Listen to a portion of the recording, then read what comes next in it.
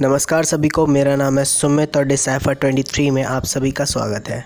आज हम बात करेंगे एक इनक्रेडिबल जापानीज़ प्रिजन ब्रेक के बारे में जिसे अंजाम दिया है बाय योशी शिरातोरी, जिन्हें माना जाता है कि वह परफेक्ट एस्केप आर्टिस्ट हैं to escape any prison in the world.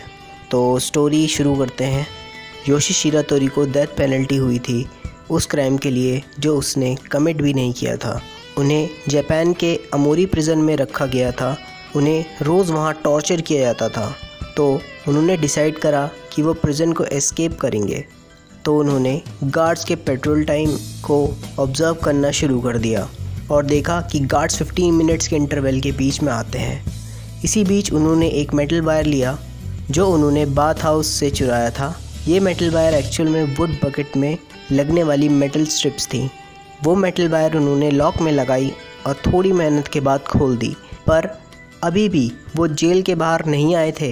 उन्होंने जल्दी से बाकी बचे हुए ताले खोल दिए और सर्च पैरामीटर से बाहर आ गए, लेकिन थोड़े दिनों बाद वो फिर से पकड़े गए और अब की बार उन्हें अकीता प्रिजन में रखा गया और एग्जाम्पल सेट करने के लिए उन्हें बहुत ज़्यादा, पहले से भी ज़्यादा टॉर्चर किया जाने लगा था और उन्हें बहुत ज़्यादा टफ़ काम कराया जाता था। यही नहीं, उन्हें सोने के लिए इस बार कंक्रीट फ्लोर पे सोने के लिए दिया जाता था। उनके प्रिजन में इस बार कॉपर शीट की सीलिंग वॉल थी। सनलाइट के नाम पे एक छोटी सी विंडो थी और शिरातोरी भाग न जाए इसलिए उन्हें 24 आवर्स हैंडकफ रखा जाता था। और उनमें से एक गार्ड शिरातोरी को देखने आया करता था और रोज़ चेक भी करता था। एक रात जब गार्ड आया तो उसने देखा कि शिरातोरी कमरे में है ही नहीं, बस वहाँ पर उनकी हैंडकफ्स पड़ी हुई थी और कोई नहीं था। तो शिरातोरी भागे कैसे? जैसे कि हमें पता है कि शिरातोरी एक एक्सपर्ट लॉक पिकर थे, यानी सारे हथकड़ियों के ताले खोलना जानते थे। तो उनके लिए हैंडकफ खोलना एक मामूली सी बात थी। इसी के साथ वो एक एक्सपर्ट क्लाइंबर भी थे। तो उन्होंने हैंडकफ खोलकर कॉपर शीट वाली वॉल पे चढ़कर और हर रात को सीलिंग वॉल पे चढ़कर विंडो को वीक करने के लिए जाते थे, क्योंकि विंडो का फ्रेम लकड़ी का था। और उन्होंने एक परफेक्ट डे चुना, तूफ़ान वाला दिन, ताकि गार्ड्स को फुटस्टेप की आवाज़ ही ना आए, और वो सक्सेसफुल प्रिजन से बाहर आ गए। कुछ दिन बाद शिरातोरी अपने एक दोस्त से मिलने गए जो कि प्रिजन गार्ड था। वो भी एक पुलिसमैन था। शिरातोरी ने उसे कहा कि वो इस बार इसलिए भागा है क्योंकि वो पुलिस के टॉर्चर को पूरी जापान को बताना चाहता है कि जापानीज़ प्रिजन में कैसा टॉर्चर होता है। शिरातोरी पुलिस एब्यूज़ के अगेंस्ट केस फाइल करना चाहता था। जैसे ही शिरातोरी वॉशरूम गया तभी उसी गार्ड ने पुलिस को फ़ोन कर दिया और शिरातोरी को फिर से पकड़ लिया गया। शिरातोरी ने इस बार जज के सामने एक रिक्वेस्ट भी रखी कि उसे टोक्यो प्रिजन में रखा जाए, बिकॉज़ उसे पिछले 2 प्रिजन्स में बहुत ठंड लगती थी। लेकिन जज ने उसे टफेस्ट प्रिजन आबाशिरी प्रिजन में डाला, जिससे अभी तक कोई भी एस्केप नहीं कर सका था। लेकिन सबको पता था कि शिरातोरी के पास सबसे ख़तरनाक एबिलिटी है टू एस्केप द प्रिजन। तो इस बार शिरातोरी को काफ़ी टाइट हैंडकफ यानी हथकड़ी में रखा गया, यहाँ तक कि पैरों पे भी हथकड़ी को लगाया गया। उसकी हथकड़ी को बस वीक में एक बार खोला जाता था जब वो नहाने जाता था। उस प्रिजन में अभी तक सर्दियाँ नहीं आई थी, लेकिन ठंड इतनी थी कि पूछो मत। और ऐसे खाना दिया जाता था बिल्कुल ठंडा, और यहाँ तक कि शिरातोरी को रेंग के आना पड़ता था तब वो खाना खाता था। जैसे तैसे शिरातोरी ने वहाँ दिन काट ही लिए, पर वो कर क्या सकता था।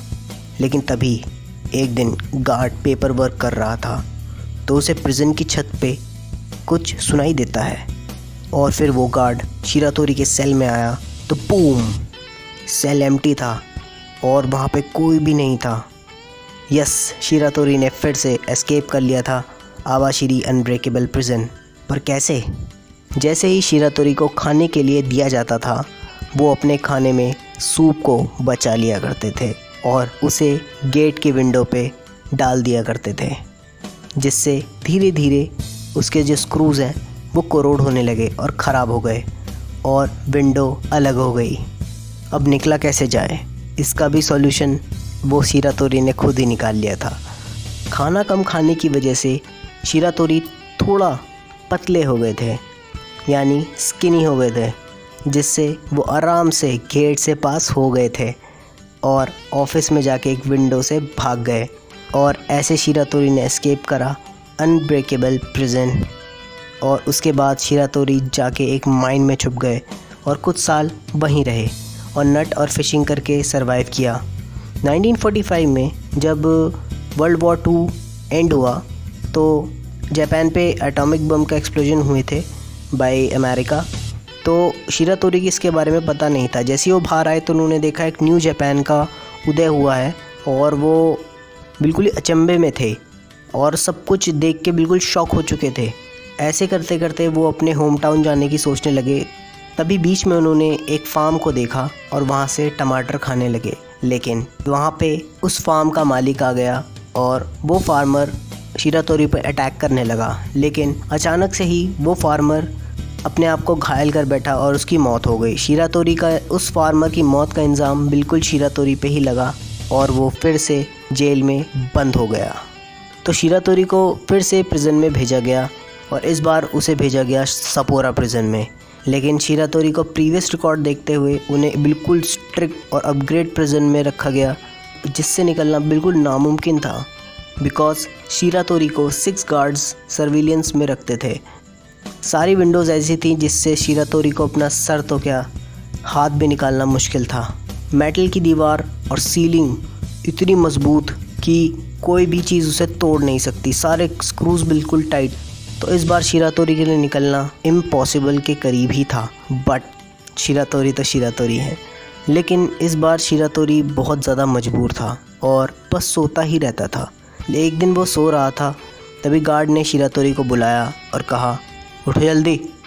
बहुत बुलाने पर भी ना आने पर वह गार्ड उसके प्रिजन में गया और गार्ड जैसे ही अंदर आया तो बूम, वहाँ देख के वो बिल्कुल शॉक हो गया क्योंकि शिरातोरी वहाँ पे था ही नहीं। बस वहाँ था शिरातोरी का बिस्तर और कुछ नहीं, और बिस्तर के नीचे थी एक सुरंग। जी हाँ, सारी की सारी जो एस्केप थी शिरातोरी की वो सारी की सारी ऊपर थी, यानी कोई सीलिंग से, कोई गेट से। इस बार शिरातोरी ने एस्केप करा प्रिजन बाय अंडरग्राउंड, सुरंग खोद के। और ये शिरातोरी की सबसे इजी एस्केप थी टू एस्केप एनी प्रिजन। लेकिन एक इंसिडेंस और होता है। जब शिरातोरी एक बार पार्क में बैठा हुआ था तो एक और पुलिसमैन आया और उसे सिगरेट ऑफ़र करी। इतना जेनरस गेस्चर देख के शिरातोरी की आंखें नम हो गई और वो रोने लगे। और जब पुलिस ऑफिसर ने उसका नाम पूछा तो उसने कहा, हाँ मेरा नाम है Yoshi शिरातोरी।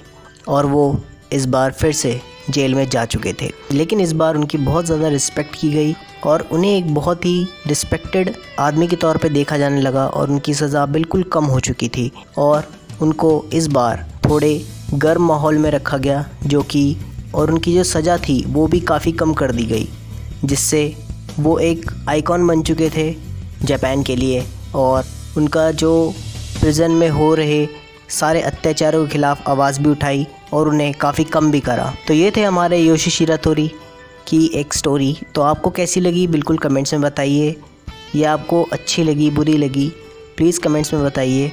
And like share subscribe कर दीजिए हमारे चैनल को, डिसाइफर 23 को। तो तब तक के लिए मिलते हैं, बाय बाय।